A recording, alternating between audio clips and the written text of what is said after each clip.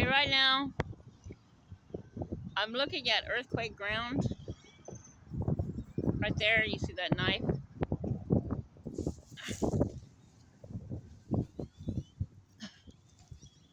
I picked that knife up here.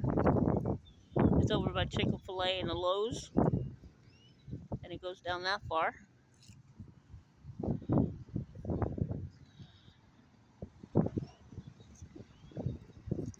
But then again, the break kicks in out and go even further. See, that one slides on down in there. And it went further. So you're basically looking at a 1 to 2 feet break of earthquake. Down in there too. See that break? Over there, over there. It's all down in through here. Tammy Sue stuff will be at birth, Royce by identification card only. Sending this out to USGS. You got Chipotle over there. You got Lowell's right there. You got Fuji over there.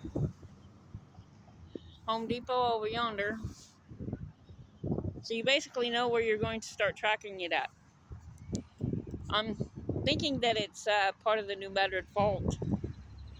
And that the New Madrid fault is very active at this point in time. Anyway, Tammy Sue out.